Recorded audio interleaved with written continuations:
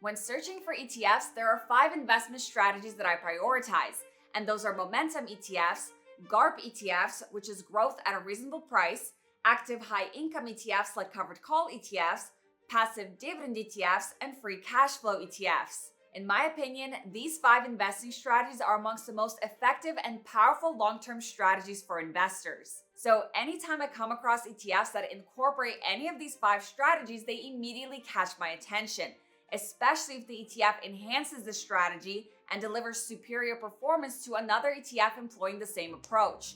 That's the key. Now, today I'm focusing on one of my favorite investing strategies, free cash flow. And there's an ETF that has consistently ranked as one of the top performing ETFs in the market, outperforming the S&P 500 since inception, while also showcasing superior downside risk mitigation. But what truly caught my attention was how the ETF has improved on the existing cash flow strategy, possibly making the ETF a perfect buying opportunity for today, especially while the markets are at all-time highs. This is where things get really interesting, so make sure you guys stick around till the end because you don't want to miss this. This new ETF has been able to crush one of the most popular cash flow ETFs, COWZ. And this brings me to VFLO, which is the VictoryShares Free Cash Flow ETF. What's extremely fascinating about the ETF is the innovative yet simple strategy that, in my opinion, could set it aside as one of the best performing ETFs down the road. So before we continue to dissect the ETF and how it works, it is important to understand what free cash flow is. And in simple terms, it is the amount of cash a company is able to generate after accounting for all of their business expenses and operating expenses. Companies that have the strongest free cash flow are those that tend to have superior long-term growth and price stability. So in other words, you're getting very powerful risk-averse growth, which is why these ETFs tend to have higher Sharpe and Sortino ratios relative to benchmark ETFs. And free cash flow has ranked as the #1 valuation metric in the last 33 years, outpacing other metrics like dividend yield, price to book, and price to sales. This chart right here shows you that free cash flow has consistently been able to provide superior annualized returns, represented by the y-axis, while also suffering less total downside months relative to all other valuation metrics, and that is represented by the x-axis. So that is why I love cash flow strategies. Now, circling back to VFLO.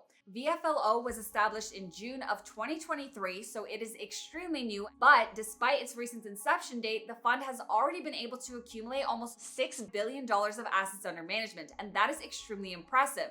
The rate of growth of this ETF has been absolutely insane over the past year. Now, aside from ETFs, when it comes to portfolio construction, I like to complement my allocations with individual stocks as well. One of my favorite tools for this is ProPicks AI. This feature builds model portfolios based on different strategies, and it is designed to outperform benchmarks. And there are many powerful portfolio options you can choose from, such as tech titans, Warren Buffett's top 15, healthcare heroes, small cap sprinters, or the S&P 500 value portfolio. Every portfolio includes a detailed breakdown of each stock's financial health, earnings, cash flow, valuation, and even timestamps of when the position was opened or closed. I'm very excited to share that investing.com has officially launched their New Year's sale where you can get up to 55% off their plans.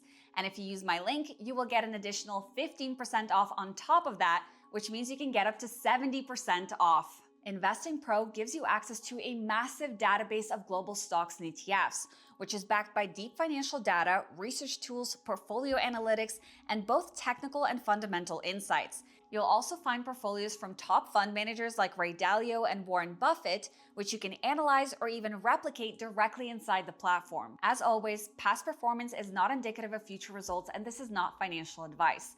I am simply sharing one of the tools I personally use to enhance my own research. Another one of my favorite features is Warren AI, which is like their version of ChatGPT, but with access to a real financial database. So when you ask it a question, the response isn't just surface level, it is backed by actual data and analytics from their system. There's a lot to explore inside the platform, and if you'd like to check it out, you can use my link or code VictoriaMedia to get an additional 15% off, for a total savings of up to 70% off. Now, circling back to VFLO. Since inception, VFLO has been able to outperform the S&P 500, but more importantly, the ETF has been able to crush COWZ, providing over 50% more total returns. And that is unbelievable, especially when you consider that both ETFs are incorporating cash flow as their primary stock picking criteria. When you look at the fund's holding breakdown, you see that the ETF has a very even allocation to almost all of its sectors, which is pretty rare. And when you look at its individual holdings, you'll notice that no stock has more than 5% of assets allocated towards it. This is especially important for minimizing overall risk,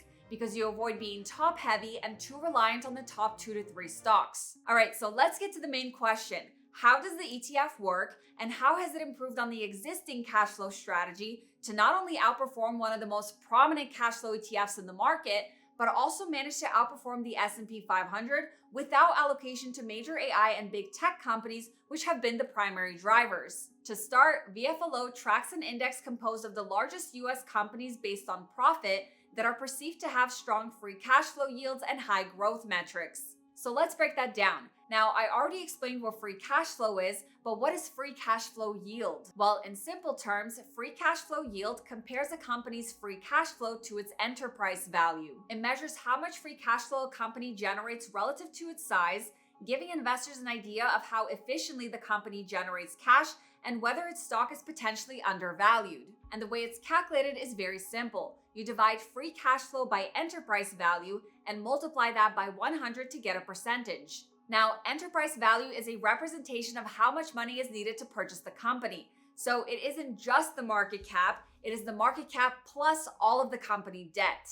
A higher free cash flow yield suggests that the company generates significant free cash flow relative to its market value, which may indicate that the stock is undervalued or offers better returns compared to its peers. So in other words, it finds companies that are trading at favorable valuations that are very high quality and avoids those that are overbought that pose significant risk. Now, a lower free cash flow yield suggests that the company generates less free cash flow relative to its market value, which may indicate overvaluation or cash flow inefficiency. Moving on, there are a few key aspects that investors need to look out for, and this is where you can understand the difference between the older cash flow strategy and the new strategy. The old strategy used by COWZ would use what's referred to as trailing 12-month free cash flow yield. And all this means is that it measures a company's free cash flow yield generated over the last 12 months. So focuses on past performance with the idea that strong free cash flow will continue. And this has proven to be extremely effective over the long term. However, trailing free cash flow yield may not reflect changing market conditions, business shifts, or upcoming strategies, and it can be skewed by cyclical or seasonal fluctuations. So what do I mean by this? Well, for example, when oil prices skyrocketed in 2021 and 2022 and energy stocks dominated, a trailing free cash flow strategy would be fooled by those unnaturally high free cash flow numbers and invest in them a year later when energy stocks were no longer generating the same results. So ETFs like COWZ could be overweight on energy right before oil prices crash, and that is why the ETF has underperformed the S&P 500 in the past year. So for cyclical or seasonal industries, trailing data may overemphasize strong or weak periods, leading to a misleading valuation. So the question is, how can you fix this issue? Well, this is where VFLO came with a very simple yet highly effective strategy, and that is to combine trailing free cash flow yield with future projected free cash flow yield. By combining these two together, you're getting a much more accurate reading of a company's free cash flow yield. This chart right here shows you how effective free cash flow strategies are, and you'll notice that trailing free cash flow has provided fantastic overall returns relative to the S&P 500, but expected free cash flow has done even better. Moving on, VFLO then filters out the slowest growing stocks, specifically the bottom 33%, based on a blend of past and projected 3-year growth rates for sales, earnings, and cash flow. So now when you combine the optimized free cash flow yield with these growth metrics, you're getting an ETF that prioritizes healthy and high quality, financially stable companies that offer very attractive growth potential. And at a time where the markets are trading at all-time highs, targeting free cash flow companies can be the perfect way to go.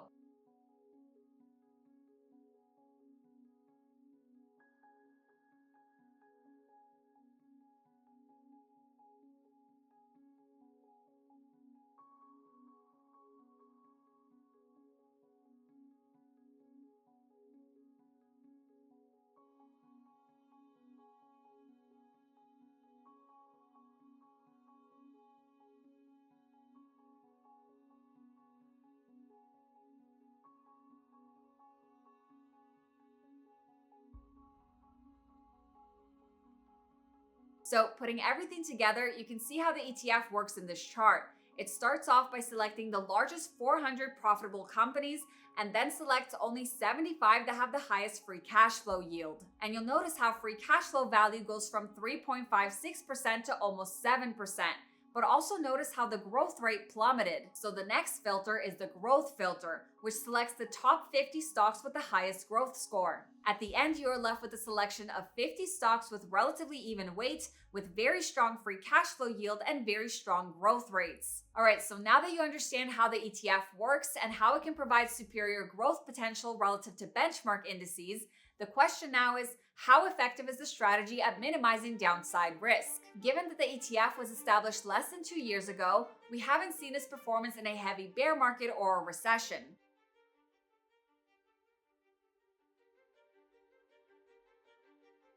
However, we have seen the performance of COWZ in the bear market of 2022, and fortunately, it was one of the best performing ETFs in the market. COWZ stayed completely flat and suffered no downside, while the S&P500 fell by around 20%. Its performance was even better than prominent dividend ETFs like SCHD and DGRO, and even high-income ETFs like JEPI, which are specifically designed to minimize downside risk. So given that VFLO is using the same strategy as COWZ but is just improving it, we can conclude that VFLO has a very high probability of achieving the same type of success. So in my opinion, VFLO could be positioned to be one of the core holdings for investors moving forward. And that is all for this one. If you haven't yet, make sure you subscribe to my channel and hit the thumbs up button for the YouTube algorithm. Thank you guys so much for watching, and I will see you in my next one. Bye! This video is for educational and entertainment purposes only and is not financial, investment, tax, or legal advice. Discussions of ETFs, investing strategies, market updates, or specific funds are general, not tailored to your financial situation, and should not be relied upon for decision making. Investing involves significant risks, including total loss of principal, and past performance does not guarantee future results. I am not a registered financial advisor. My content reflects personal research and publicly available information. I may earn affiliate commissions from mentioned products or links disclosed per FTC guidelines, but these do not influence my opinions. Always consult a licensed financial professional and verify information independently. By watching this, you agree I am not liable for any losses or consequences from your actions. International viewers should consult